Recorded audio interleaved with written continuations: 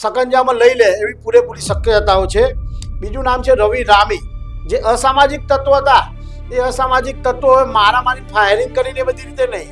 આ તો જેટલા આપણી પાસે છે એટલા નામો મેં કીધા, પણ આ ઉપરાંત 80 જણને સમન્સ આપ્યા છે. આ ઈડી હૈદરાબાદ ઈડી આ કાર્યવાહી કરી, તો આખા દેશમાં જો ઈડી કાર્યવાહી કરશે તો અનેક લોકો કે જેની ધરપકડ કરી અને એ વખતે એવું માનવામાં આવતું હતું કે હવે કોલ સેન્ટરની જે રીઢની હડ્ડી કહેવાય એ તૂટી ગઈ છે. શાતિર ગેંગ છે અને અનેક ગુનાઓ એ લોકો વિરુદ્ધ મારામારી, લૂંટ, હત્યા આ કોલ સેન્ટર મોકલે છે. મિત્રો, છેલ્લા ઘણા સમયથી કોલ સેન્ટરિયાઓને લઈને લલકાર ન્યૂઝ દ્વારા સિરીઝ ચલાવવામાં આવે છે અને આ સિરીઝની અંદર અમે દેખાડીએ છીએ કે દેશભરમાં ક્યાંય પણ કોલ સેન્ટર ચાલતું હોય, કોલ સેન્ટર ઝડપાય તો તેનો સંચાલન ક્યાંક ગુજરાત અને અમદાવાદમાં જે રહેવાવાળો વ્યક્તિ હોય તે જ કરતો હોય છે. તેવું અનેકવાર અમે કહેતા આવ્યા છે અને એ વાત હવે સાબિત પણ થાય છે. એટલા માટે સાબિત થાય છે કે છેલ્લા ઘણા દિવસથી ઈડી દ્વારા અમદાવાદની અને ગુજરાતની અંદર ધામા નાખવામાં આવ્યા છે અને આ ઈડીના ધામાના કારણે જે કોલ સેન્ટરિયાઓ છે તે લોકોની અંદર ફફડાટ વ્યાપ્યો છે અને અત્યારે હાલ ફરફડિયા મારવા લાગ્યા છે. અમદાવાદ ને ગુજરાતમાં ઈડી ક્યાં ક્યાં અત્યારે પહોંચી છે અને કોની ધરપકડ કરવામાં આવી છે તે બાબતે વિગતવાર ચર્ચા કરીશું. અને આ ચર્ચા કરવા માટે આપણી સાથે જોડાયા છે અમારા એડિટર રિતેશ શાહ. પરંતુ તેમની સાથે ચર્ચા આગળ વધારીએ તે પહેલા જો અમારી લલકાર ન્યૂઝ ચેનલને સબસ્ક્રાઇબ ના કરી હોય તો તે સબસ્ક્રાઇબ જરૂરથી કરી લેજો. નમસ્કાર, લલકાર ન્યૂઝ સાથે હું મયુર મેવાડા.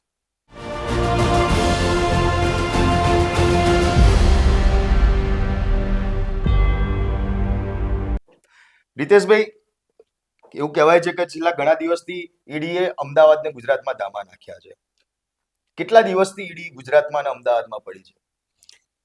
મયુર, તમને જણાવી દઉં કે છેલ્લા 3 થી 4 દિવસથી ઈડી ગુજરાતમાં ને પણ ખાસ કરીને અમદાવાદમાં છે અને હૈદરાબાદ ઈડી દ્વારા અમદાવાદ અને ગુજરાતમાં ધામા નાખવામાં આવ્યા છે. એમાં મુખ્ય વસ્તુ એ છે કે કોલ સેન્ટરનો માસ્ટર માઇન્ડ, અગાઉ મેં કીધું હતું કે વિકાસ નેમાર ઉર્ફે મિસ્ટી, આ મિસ્ટીની તો ઈડીએ ધરપકડ કરી પણ લીધી છે. કોલ સેન્ટરના કેસમાં વિદેશી નાગરિકોને છેતરતો હતો અધિકારી બનીને, અથવા તો બેંકમાં લોન આપવાના બહાને અલગ અલગ પ્રલોભનો આપીને અથવા તો ધમકી આપીને જે અમેરિકન નાગરિકોને જે પૈસા પડાવવાનું કામ કરતા હતા એની ધરપકડ કરી લીધી છે અને એના પિતાની પણ ધરપકડ કરી લીધી છે.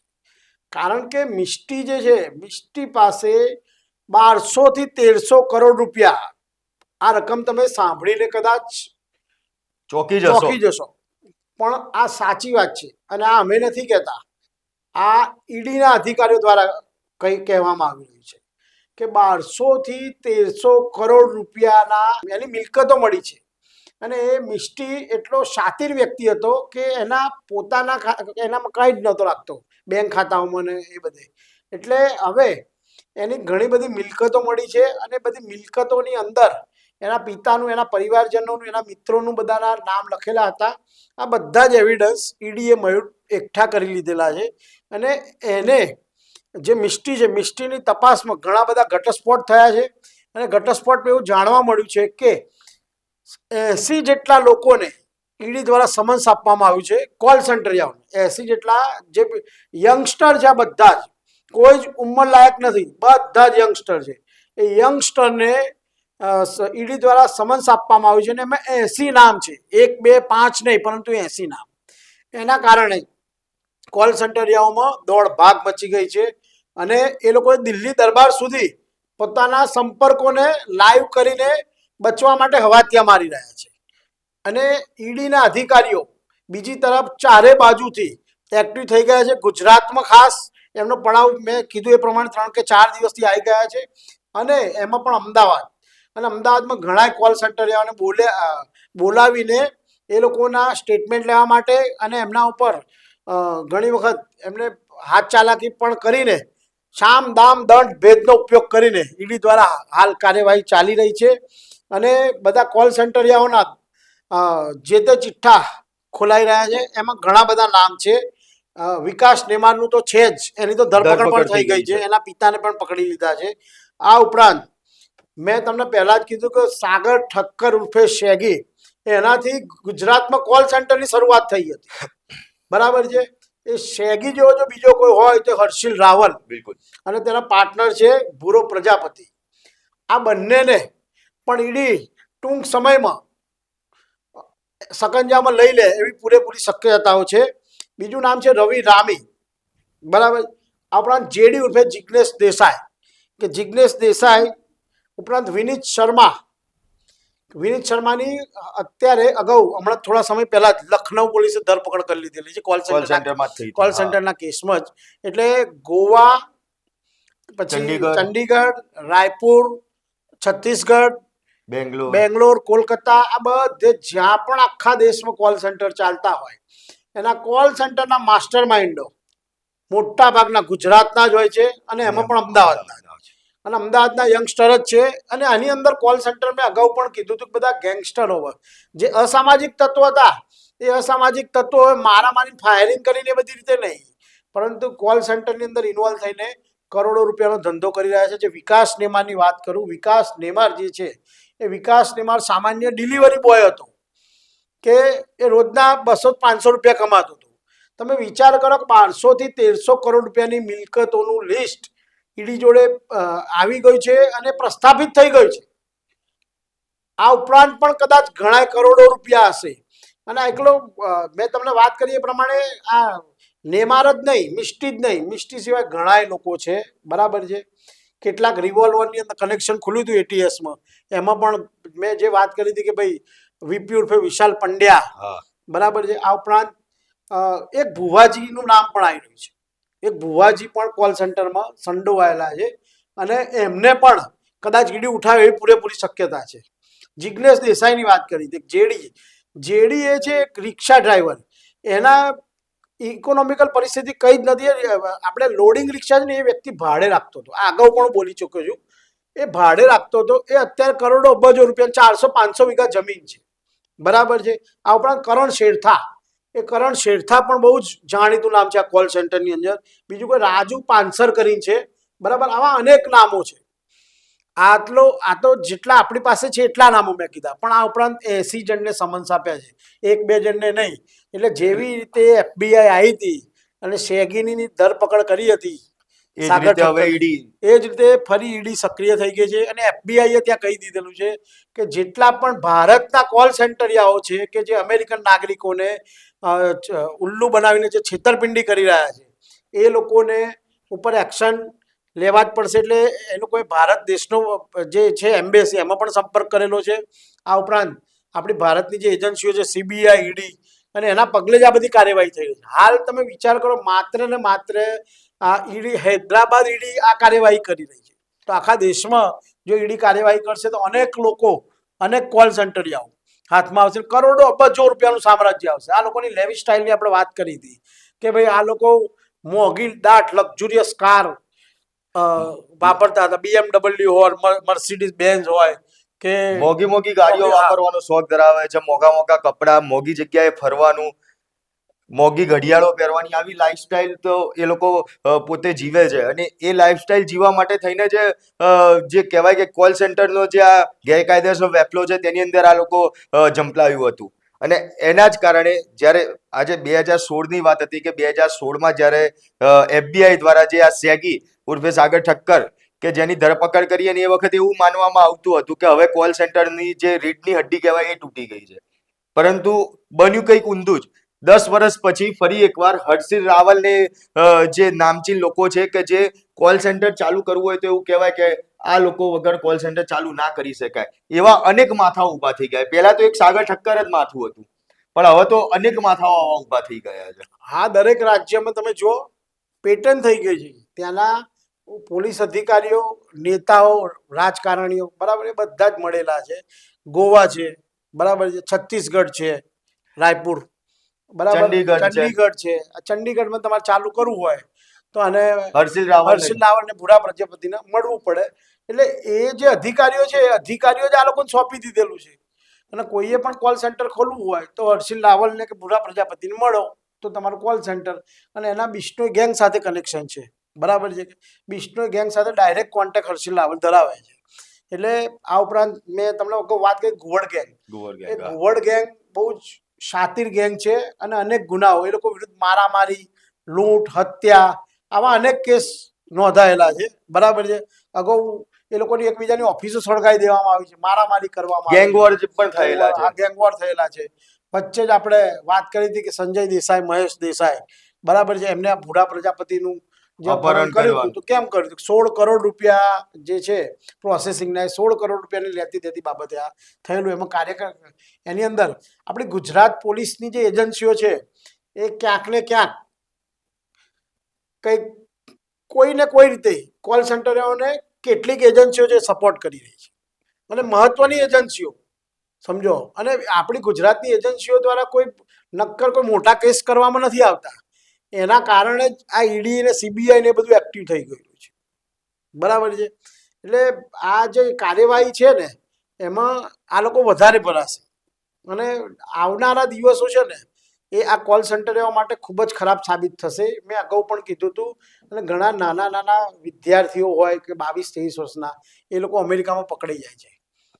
ત્યાં આગળ હેન્ડલર તરીકે એમનો ઉપયોગ કરવામાં આવતો. હા, એ રિસીવર કહેવાય. રિસીવર રિસીવર ત્યાં આગળ પિકઅપ કરતા હોય, રિસીવ કરતા હોય, ત્યાંથી બધું પિકઅપ એ લોકો. હા, ગિફ્ટ કાર્ડ હોય કે પછી સોનાની લગડીઓ હોય, ટૂંકમાં આવી જેટલી પણ બધી વસ્તુઓ જે કરે છે એ બધા આપણા ત્યાંના યુવકો, ઇન્ડિયન યુવકો કે જે કોલ સેન્ટર મોકલે છે. એ લોકો શું કરે છે, આ નાના જે વિદ્યાર્થીઓ છે એમને એમની જોડે સર્કલ બનાવે, ફ્રેન્ડશિપ કરે છે. ફ્રેન્ડશિપ કરીને પછી એમના ડ્રગ્સના રવાડામાં ચડાવે છે, અને પછી એ લોકોને કમાવાની એ બધી લાલચ, અને એ લોકો પૈસા ફાઇનાન્સ કરતા એટલે પૈસા ના આપી શકે એટલે એ લોકો મોકલે છે ફોરેન. અને ફોરેનમાં આ લોકો જોડે આ રિસીવિંગનું એ બધાનું કામ કરાવડાવે છે. અમેરિકા ને એની અંદર સૌથી વધારે. હા, અમેરિકા, કેનેડા, દુબઈ, આપણા ઇન્ડિયાના જ અને સૌથી વધારે ગુજરાતના છોકરાઓ, અને અમે પણ અમદાવાદના, આ બધા દેશોમાં આ કોલ સેન્ટરનો વેપલો કરી રહ્યા છે. કરોડો અબજો રૂપિયાનો કરી રહ્યા છે. આ 1200-1300 કરોડની મેં વાત કરી, ઓફિશિયલ વિકાસ નિર્માણની વાત કરી, પણ જે આ વીપી છે, વીપી પાસે પણ કરોડો અબજો રૂપિયા છે, બરાબર. એની પાસે અનેક ફાર્મ હાઉસ છે, લક્ઝુરિયસ કારો છે, કેટલીક આંગળીયા પેઢીમાં પાર્ટનરશિપ છે, બરાબર છે. એવી રીતે રવિ રામી જે છે એને પણ કરોડો અબજો રૂપિયાનો જમીનોનો ધંધો કરી રહ્યો છે, અનેક લક્ઝુરિયસ કારો વાપરે છે, બરાબર છે. એમ કે છે હું દાબેલીની દુકાન ચલાવતો હતો, પણ ખરેખર દાબેલીની દુકાને ચલાવતો નથી. એ તો માત્ર વાતો છે, દેખાડવાની દાબેલી હતી, બાકી તો બીજું કંઈ ખાવામાં આવતું હતું. એ રીતે જેડીની વાત કરું કે જેડી જે છે એ વટવા બાજુનો છે, તો વટવા બાજુ પણ એની ઘણી બધી સાઈડો છે.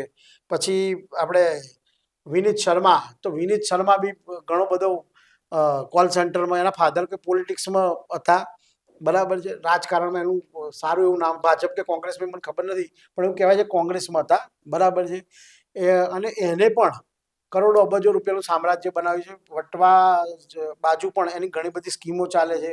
મણિનગર, વસ્ત્રાલ, આ બધા અમદાવાદની બહાર પણ ઘણી સ્કીમો ચાલે છે. એટલે ટૂંકમાં આ જે કોલ સેન્ટર જે છે ને, એ કોલ સેન્ટર ઉપર રોક નહીં આવે ને, તો એની અંદર ભારતની ઇજ્જત અત્યારે જઈ જ રહી છે, અને હજુ વધારે જશે જો સરકાર કોઈ એનો ઠોસ કાર્યવાહી નહીં કરે તો.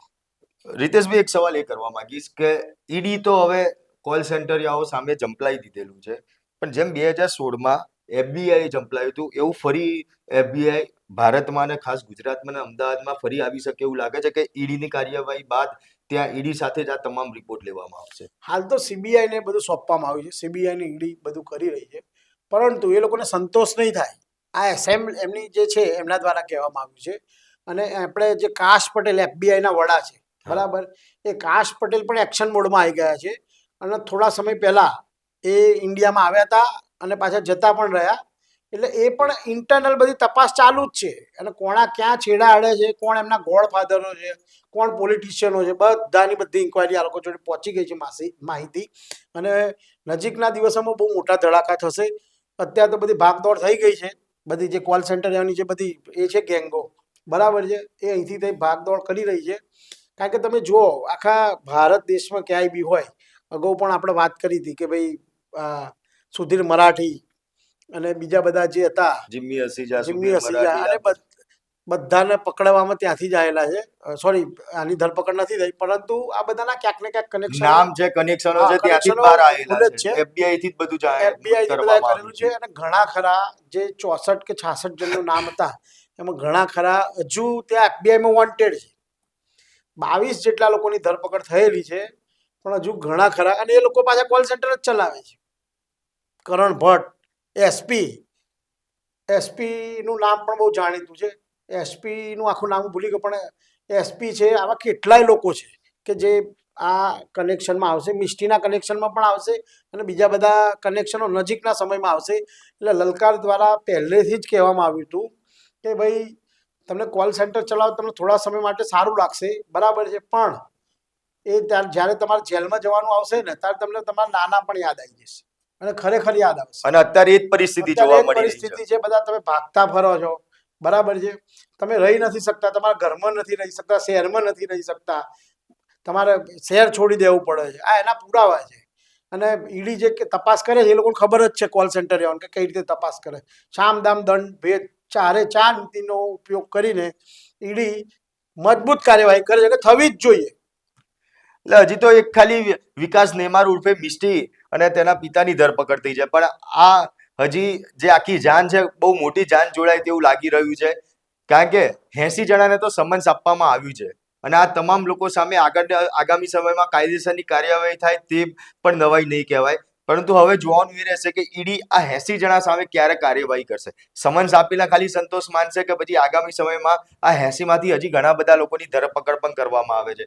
રીતેશભાઈ, જે પ્રમાણે અત્યારે હાલમાં તો જે ઈડીની કાર્યવાહી શરૂ થઈ છે, તો એ પ્રમાણે ઘણી બધી જગ્યાએ કોલ સેન્ટરો બંધ થવાની શરૂઆત પણ થઈ હશે ને? કોલ સેન્ટરના અંદર ખાને કેટલાક વચ્ચે ગોવામાં બંધ થઈ ગયા, પણ પછી ચાલુ બી થઈ જાય છે. કારણ કે કદાચ એવું લાગે છે પોલીસની એજન્સીઓ કરતા બી આ કોલ સેન્ટરના હાથ બહુ લાંબા છે, અને એ ફટાફટ ચાલુ પણ થઈ જાય છે. ગોવામાં વચ્ચે બંધ થઈ ગયા હતા કોલ સેન્ટરો, પછી પાછા ફરી ચાલુ થઈ ગયા. ફરી અત્યારે ઈડી આવી, ઈડી કેટલો સમય રહે છે, બરાબર છે, એના ઉપર આધાર છે. એટલે ગોવાની જ વાત નહીં, મેં તમને કીધું કે આ છત્તીસગઢ, રાયપુર, બેંગ્લોર, હા, પંજાબ, આ દરેકે દરેક જગ્યાએ જે કોલ સેન્ટરો ચાલે છે ને, ક્યાંક ને ક્યાંક કોકની મહેરબાની જ છે, રાજકારણીઓની મહેરબાની છે, પોલીસ અધિકારીઓની મહેરબાની છે. એટલે જ હું તમને કહું છું કે ભાઈ પોલીસ કરતા કોલ સેન્ટરોના હાથ વધારે લાંબા હોય. કારણ કે આ બધા એમના ગોડફાધરો છે. આ એવું નથી કે નાના યુવકો જ છે અંદર, યુવકોની અંદર ઘણા બધા મોટા માથાઓ છે, એમને એ લોકો ગાઈડ કરે છે, અને એના કારણે આ ફૂલ્યા ફાલ્યા છે. અને કરોડો અબજો રૂપિયાનું સામ્રાજ્ય આ લોકો એક કરી રહ્યા છે. હર્ષિલ રાવલનો આપણે ઘણી વખત વાત થઈ જ છે કે ભાઈ એનું HR નામનું ફિટનેસ સેન્ટર, જીમ છે, બધે અલગ અલગ જગ્યાએ બ્રાન્ચો ચાલુ કરવામાં આવી છે, બરાબર છે. એટલે આવા દરેક લોકોનું, આ એક કે બે જણની નહીં, આ એક બે જણની મારી માહિતી જેટલા માટે બે જણનું બોલું છું, પણ ઘણા લોકોને તો એવું લાગે છે કે ભાઈ આપણે એમની પબ્લિસિટી કરીએ છીએ. હવે કેવી પબ્લિસિટી થાય છે ને એ તમને ઈડી વાળા બતાવશે.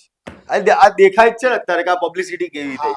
ઈડી એટલે જ પબ્લિસિટી જોઈને જ ઈડી કદાચ આજે અમદાવાદમાં પહોંચી ગઈ છે કે ભાઈ આ પબ્લિસિટી વધારે થાય છે એટલે અમદાવાદ એક આંટો મારવા જેવું છે. હા, અમે લલકારમાં પબ્લિસિટી કરીને એટલે જ વિકાસ નેમાર પકડાયો, અને તમારી પણ સારી પબ્લિસિટી થશે ઈડીમાં જ, બરાબર ને? બિલકુલ. એટલે કહી શકાય કે હવે જે કોલ સેન્ટરિયાઓ છે તે લોકો ઉપર હવે ઈડીની તડાપ મારવાની શરૂ થઈ ગઈ છે. વિકાસ નિમાર ઉર્ફે મિસ્ટીની તો ઈડી દ્વારા ધરપકડ કરવામાં આવી છે, અને હજી આગામી સમયમાં વધુ કોલ સેન્ટરિયાઓ ઈડી તેમની ધરપકડ કરે તેવું ચોક્કસથી લાગી રહ્યું છે. ત્યારે ઈડીની જે પ્રમાણે કાર્યવાહી ચાલી રહી છે કોલ સેન્ટરિયાઓને લઈને, તે કાર્યવાહી બાબતે તમારું શું માનવું છે તે કોમેન્ટ બોક્સમાં જરૂરથી જણાવજો.